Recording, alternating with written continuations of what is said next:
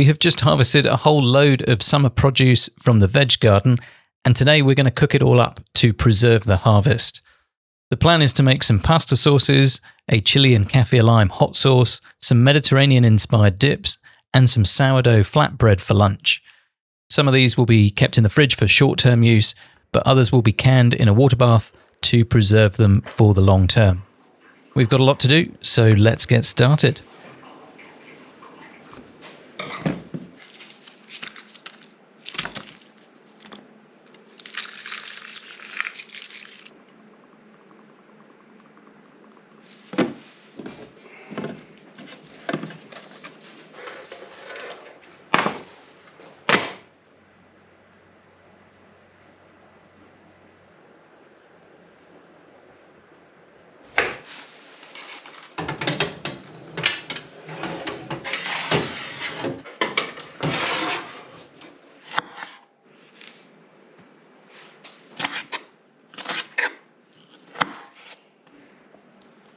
So what is it you are making today? I am making a, let's call it Moroccan style, Moroccan influenced, however you want to say it. Disclaimer. Yes. Non-traditional Moroccan inspired something. Tomato and aubergine dip to go with some flatbread that we're going to make from our sourdough discard. Yes, I forgot about that. So it's a super simple recipe. It's tomato and eggplant, if you hadn't guessed, and a load of spices, and that's it. So I'm using 2 big aubergine. I think it was like 8 or 10 tomatoes, and then just a load of spices and some lemon juice. And I'm going to can it as well. So you can just open kettle this, which means you just put really hot liquids into really hot jars and put the lid on. We don't have a great environment for sterilizing jars because we don't have a dishwasher, and that's how I would typically sterilize jars. So I'm just going to water bath it for 10 minutes, and that will sterilize the jars as well as then seal everything up nicely. And this just means that we can eat it over the course of some weeks rather than having to eat it all in one go. So if you don't want to water bath it and you don't want to can it, just stick it in the fridge because it's got enough lemon juice in it to last a while. And you could just do a smaller batch. And do a smaller batch, exactly. I like to can and water bath as many things as we can. That means that we can have them throughout the year rather than having to eat them all really quickly. And this particular dip I really, really love. So I want it through as long as I can. Should get 8 to 10 small pot-sized little jars. We'll see. Yeah, and we'll see how good our estimating is later on. Often we end up with some fresh in the fridge because it's way too much. Use this thing more often, I always forget. It's much easier to use.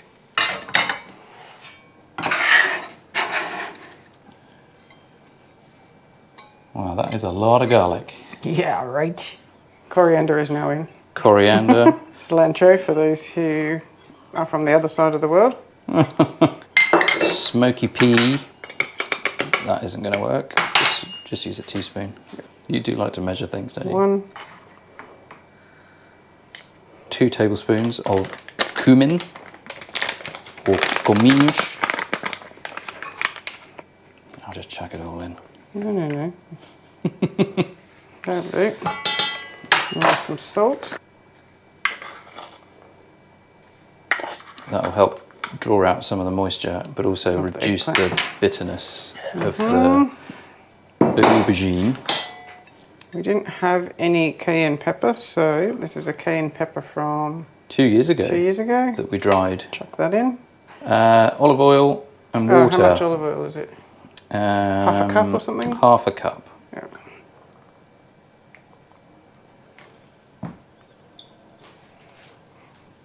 That'll do.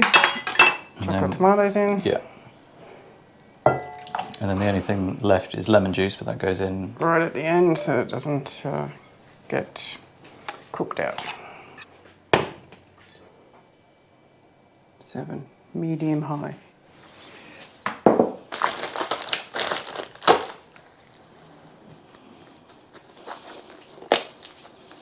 Safety first.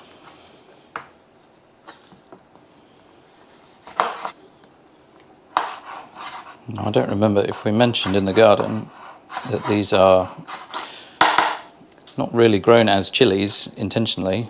They're padron peppers, which are normally harvested small and green. But we didn't really grow chilies this year like we have done before. And so it's nice to leave them on the plant a bit longer. They go red and they get really spicy. They get a nice heat to them. And then we've also got some habaneros, I think. Yeah, habanero, grown locally, or locally-ish. And then the orange ones that I've got here, these are Fresnos, I think, which is a bit like a jalapeno, but a bit hotter, or a bit sharper. So we'll use some of those. We grew these, not this year, the year before.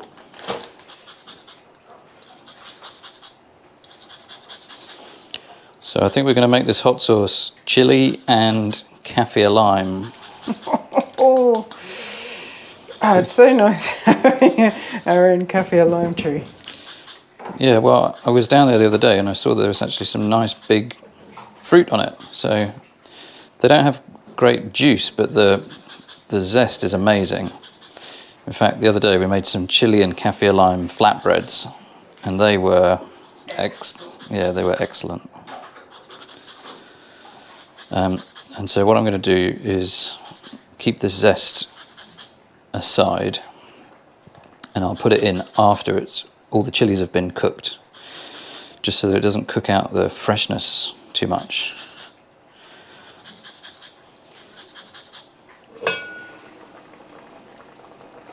You can keep the lid off now.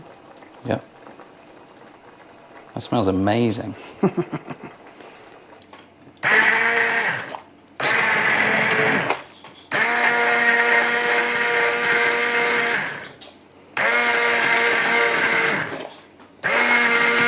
Do you mind bits in your dip, my love?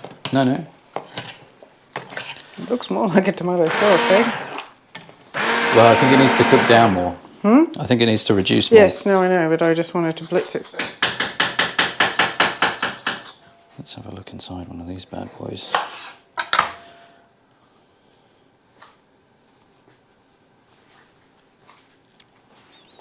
Almost no juice comes out of these.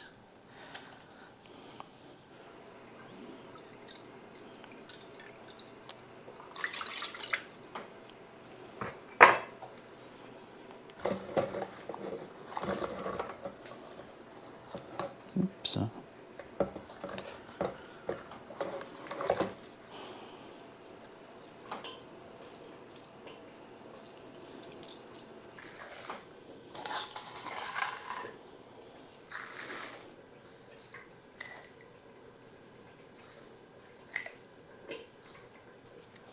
Start with that.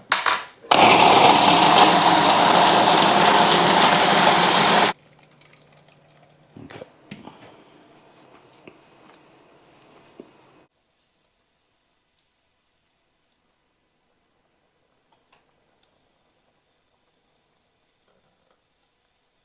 Let's do the taste test.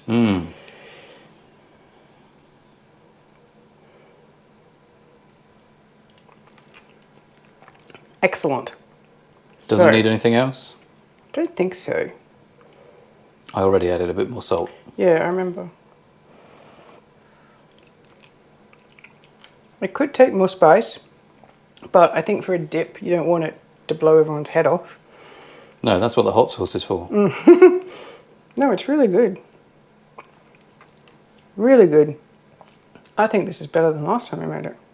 Really good. Either our tomatoes are better.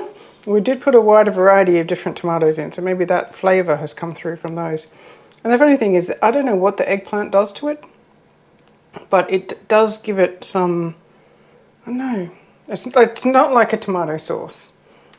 Maybe you can describe, because I'm not very good at describing. I'm very good at taste testing. You're very good at eating. And double dipping. And just, it's a bit hot. Let's put that one aside, and then I'll do the other dip, and then we'll finish off with the hot sauce. Yeah.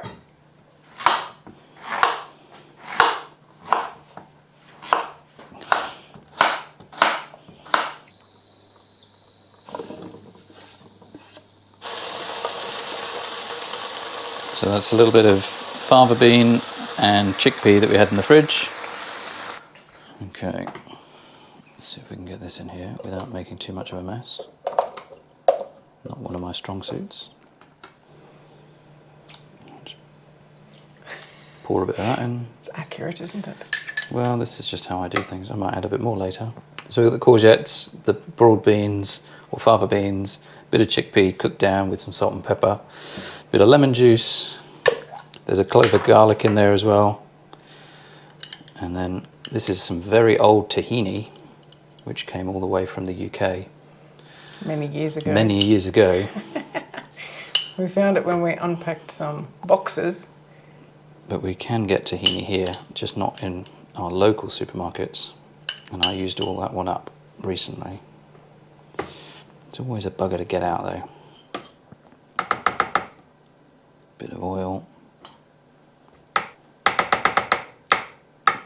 Let's go with that to begin with. So it's kind of like a courgette and broad bean hummus.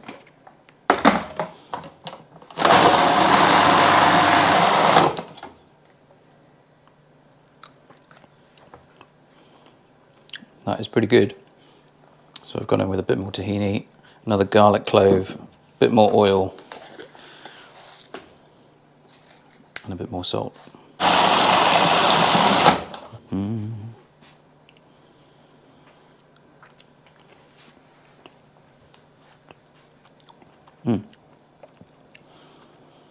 That is perfect.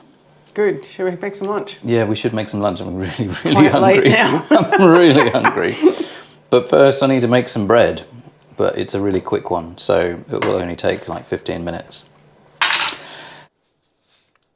Oof, this is very active. So, this is one of my new favourite things, which is turning this, which is discarded sourdough starter from sourdough bread making, into super easy flatbreads. Just like everything today, there is not really a recipe for this. It's just take a bit of that, which is kind of like adding yeast or a fermenty, delicious flavour. Then cake flour, self-raising flour, which I don't think they have in the US, but you can use plain flour or all-purpose flour with a bit of baking soda or bicarbonate of soda, just to give it a rise. So a bit of that, pinch of salt, and I'll kind of mix this together initially and then add some water until we get the desired texture. And we've done all sorts of flavoured versions of this, like a garlic and coriander naan bread style with some yogurt in there. We did a chilli and lime one the other day. We've done it with cumin and garam masala and other kinds of warming spices. But the base recipe is really simple. A bit of sourdough starter, a bit of self-raising flour, a bit of water, pinch of salt. And you can just flatten it out in a frying pan with a bit of oil. Cook it on each side for a couple of minutes until you start seeing some bubbles. Or you can roll it out nice and thin, which is what we would do for naan bread. Loads of options. And if it gets a bit runny, like I've just put in too much water, you can just add a bit more flour. And you could probably put chunks of food in there, like grated this or that, and make more cheese. Like... We should do a cheesy flatbread. Yes, that would work. Or bacon. Bacon. Chorizo.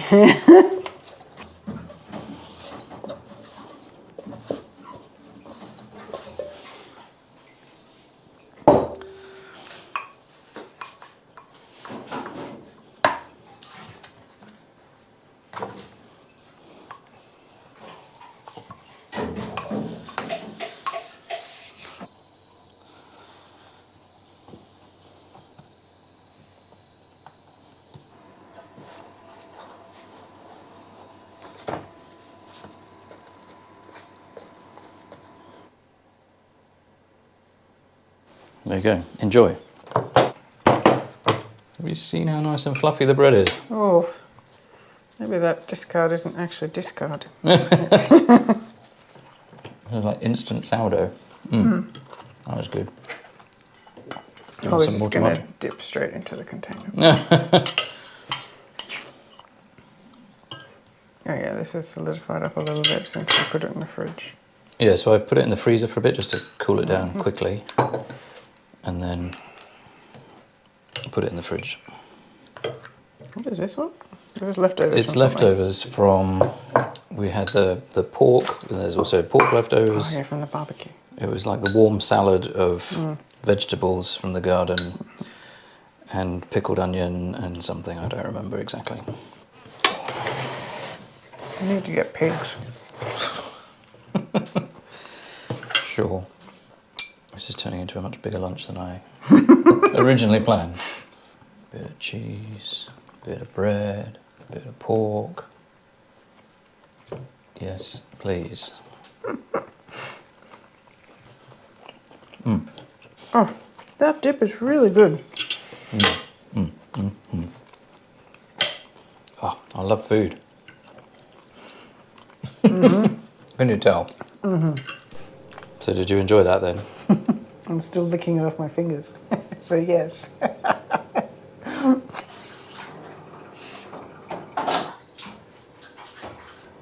Now this is not fermented like the sriracha we did many moons ago, but I have a feeling that we're going to end up with a really nice smooth sauce that will come out the bottom with the lime, and then we'll have some paste left over, which was probably my favourite part of the sriracha, because it lasted for ages. And this will last in the fridge as well because it's got lots of vinegar in it. Yeah, it's not going to drain, it's way too thick for that.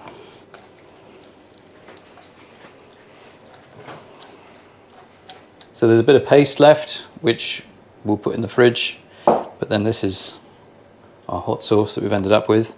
What's really nice is you can still smell the kaffir lime. It's the kind of thing that you could put like on a stir plate and stir for weeks on end to get it nice and emulsified and smooth, but we're going rustic style here. But I think it is something that we should taste before bottling, just in case it needs some balancing or some seasoning. And since I've made this, I think I've drawn the short straw to taste the hot sauce. I hope it's not too hot, but equally I hope that it's hot enough, otherwise it doesn't really fit the bill. Very zingy and zesty lime, and the vinegar.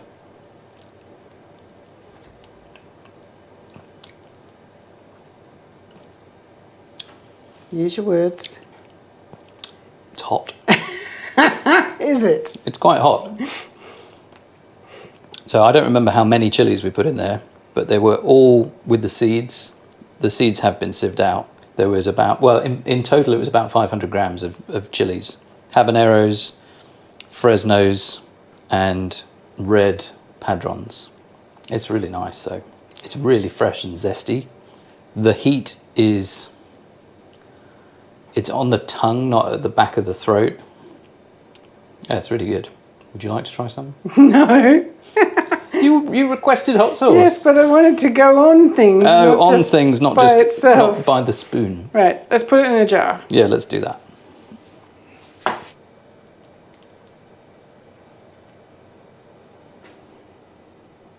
Get every last drop. Give me those. Yeah, I'll give them all to you in a second.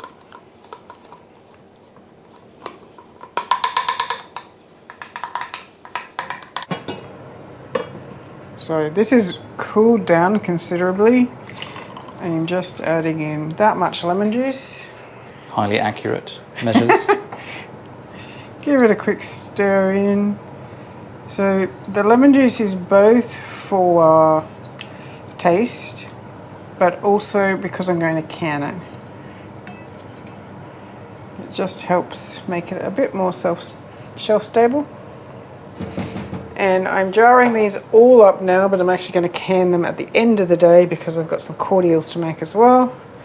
I'm going to do a watermelon cordial. We did a video on that back before we had a kitchen. So if you've not seen that, go check it out. It's a really good recipe. There's also some disastrous recipes in that video. There is, but the watermelon one is very good, and it's one that we use consistently every year.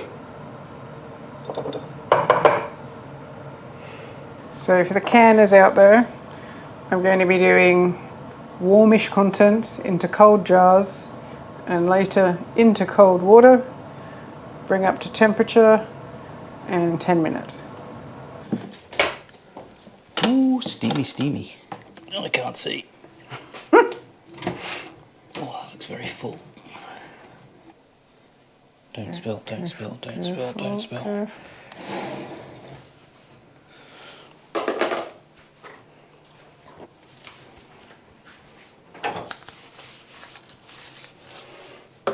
Still a bit hot, still a bit hot. I'm just going to say, are you okay if I crack on with my cordial? Yeah, you do your cordial, I'll finish my sauce. So I've kind of split the tomatoes 50-50 and added the peppers to one of them. And we'll put all of this in here with all the juice, probably season it up a little bit, and then we'll be good to go. Oh, I missed a... Now we tend to use this as like a pasta sauce, like a stir-in sauce, but you can actually have it like a soup as well, which is very nice indeed. More so in the winter than in the summer.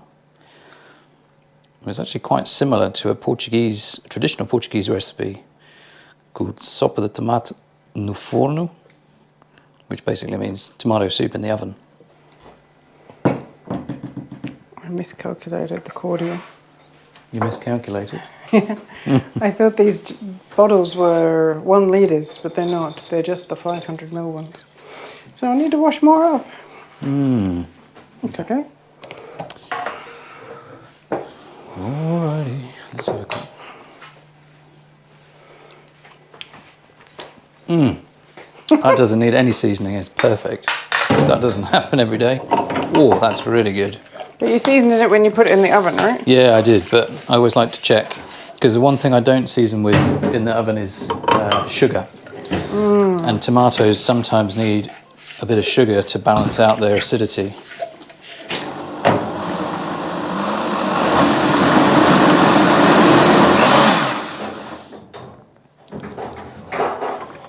Best kitchen appliance ever.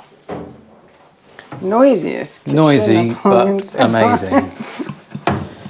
Not cheap, but definitely We've worth had it for a long time. Oh, we've had it for like 15 years, and it's still going strong. Yeah, you had that before we met.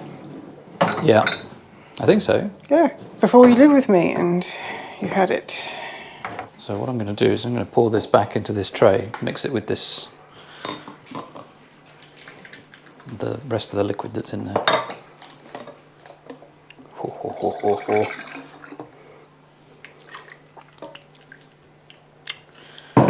It's most excellent.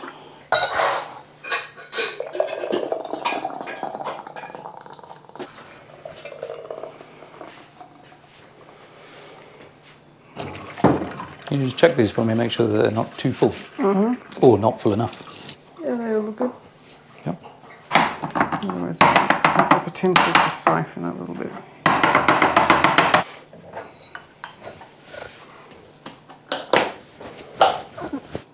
So I know that some people wipe the rim with vinegar or maybe lemon juice. That you should not do with these kind of rubber seals. But you shouldn't do it with these seals. You should just wipe any food stuff. There you go then. That's why we use a funnel. There shall be no rimming around here.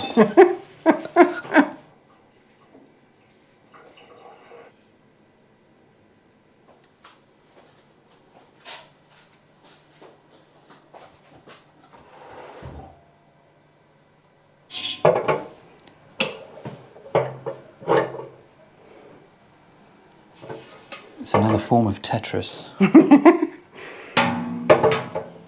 think we'll get them all in? Yeah. Not the tomato sauce? No. I don't want those. This is just the ones that are doing the 10 minutes. Ah, yeah.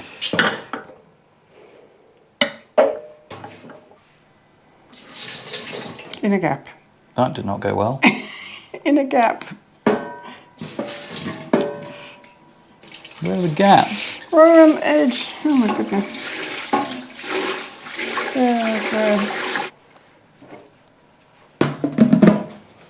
So this will come up to 100. Then I'll start a timer on my phone or whatever. 10 minutes, job done. All of these are either highly sugar or highly acidic, which is why it's 10 minutes. If it was something else, it would have very different timings. Perfect. That's it. It was a long day. Oh my goodness. I thought it was going to take like a couple of hours and it's... That's the story of our life. This bathroom will just take a couple of weeks. But yes, we're all done. We had a nice time in the kitchen. I hope you enjoyed watching. I'll put a link to a playlist with some of the other cooking videos and some of the other gardening videos in case you want to see more of that kind of stuff. But otherwise, we will see you in the next one. Bye for now. Bye-bye. Should we make some labels?